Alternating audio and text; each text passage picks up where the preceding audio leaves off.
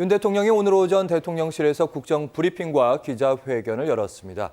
외교, 안보, 연금, 의료, 노동 등 4대 현안 얘기했고요. 앞으로 대한민국의 현주소 나아갈 방향까지 설명했습니다. 영상을 보면서 계속해서 이야기 나누도록 하겠습니다. 우리의 경쟁력과 성장 추세를 지금 세계가 주목하고 있습니다.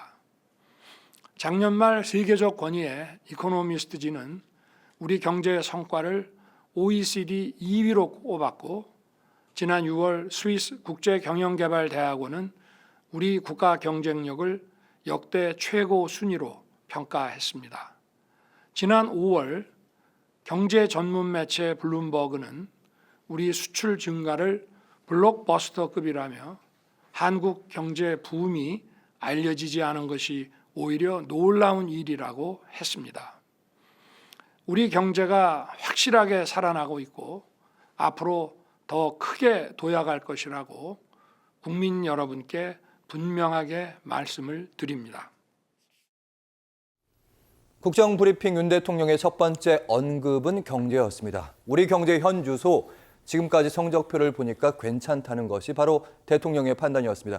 구체적인 근거도 됐습니다. 수출, 물가, 실업률 이런 수치에서 다 괜찮다 이런 판단 동의하시는지요? 참 동의하기 참 어렵습니다. 사실은 요즘 이제 저도 그렇습니다만 먹고 사는 게 좀 빡빡하다라는 느낌을 좀 받습니다. 그런데 지금 대통령의 발언을 놓고 보면 그럼 다른 사람은 안 그런데 나만 좀 삶이 빡빡해진 건가? 내가 지금 착각을 하고 있는 건가? 라는 생각도 다시 한번 해보게 됩니다. 자, 그런데 어쨌든 대한민국 경제가 선진국 대열에 들어선 건 맞죠. 그건 사실이죠. 네. 그런데 이렇게 국정 브리핑이라고 해서 정말 언론의 주목을 다 받으면서 내놓은 첫 일성이 내가 일을 잘했다라고 내세우는 것, 전 사실 거기에 동의할 수 없습니다만 잘 나온 수치를 나열한 거잖아요.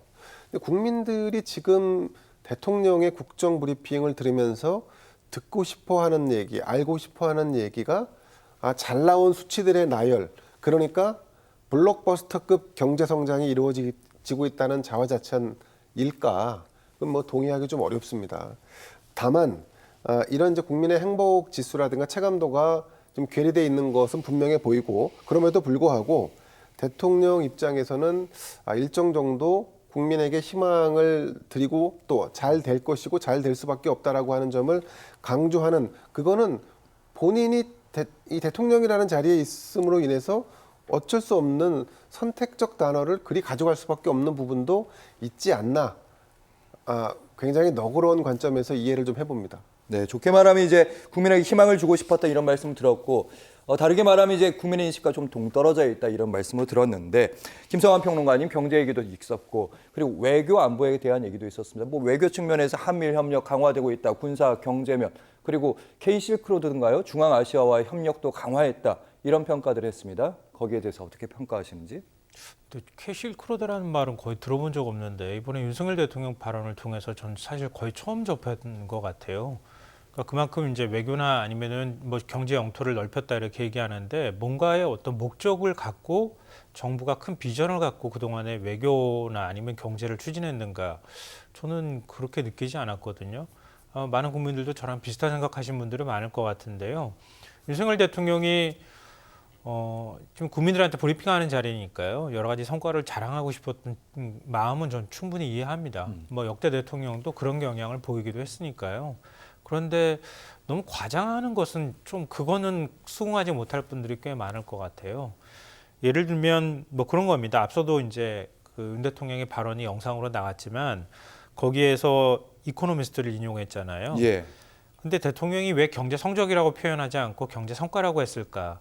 아마 대통령도 알고 있었을 거라고 봐요. 왜냐하면 OECD가 2위를 꼽았다고 얘기를 했는데요. 그 2위는 물가 수준이 다른 나라에 비해서 높지 않았다. 이걸 2위로 평가를 했다는 겁니다.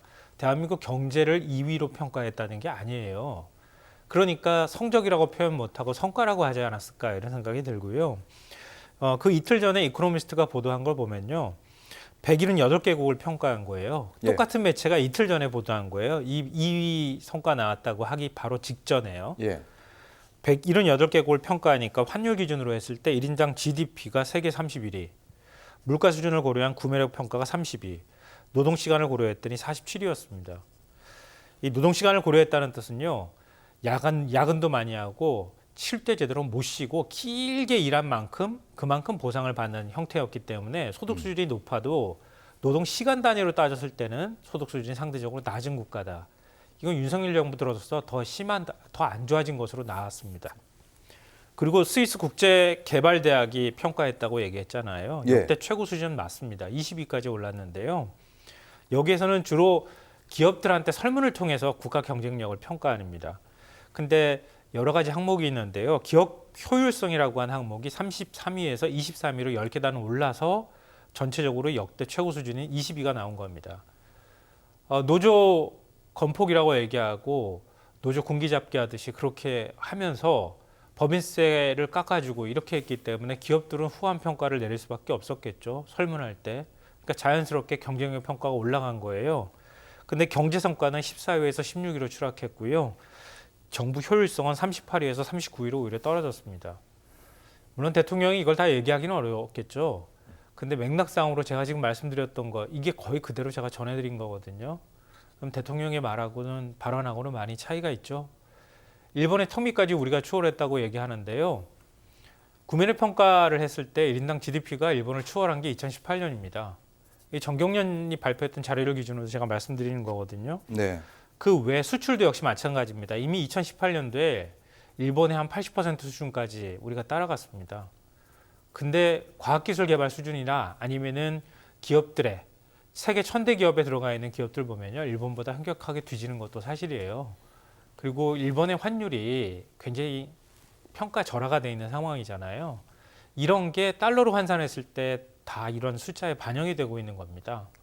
그러니까 윤 대통령이 역사를 그러니까 일제강제동원 제3자 배상안을 내놓고 일본하고 관계가 좋아져서 경제가 마치 좋아진 것처럼 말하는 것도 사실과 다르다 이 말씀 드리고 싶습니다.